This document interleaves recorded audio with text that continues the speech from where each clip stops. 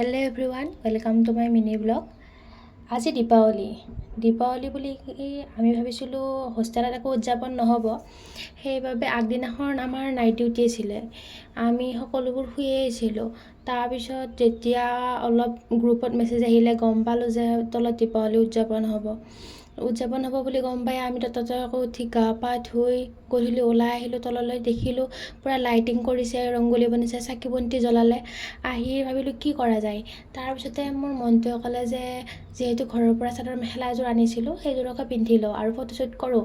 তেনেতে ওপৰলৈ আহিলোঁ। তাতে আহি ৰুমত মই ভাবিলোঁ ড্ৰেছটো চেঞ্জ কৰি লওঁ। তাৰপিছত মই মেখেলা চাদৰযোৰ পিন্ধি ল'লোঁ। মেখেলা চাদৰযোৰ পিন্ধি লৈ তাতে আকৌ তললৈ গ'লোঁ।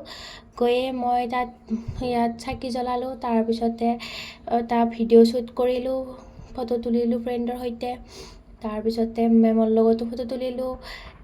চাই কিনে বহুত ভাল লাগিল, কিয়নো আমি গমেই পোৱা নাছিলোঁ যে ইমান ডাঙৰকৈ উদযাপন কৰিব। তাৰপিছত ফটো তুলিলোঁ, এটা ৰিলচো বনালোঁ লগতে। তাৰপিছতে ফ্ৰেণ্ডবোৰে ক'লে ফটো তোলো আহা, তাৰপিছত ফটো তুলি ল'লোঁ আমি সকলোৱে। এনেকৈ কৰি কিনে আমাৰ দিৱালীটো উদযাপন কৰিলোঁ। আজি এই ভিডিঅ'টো এইখিনিয়ে, ধন্যবাদ।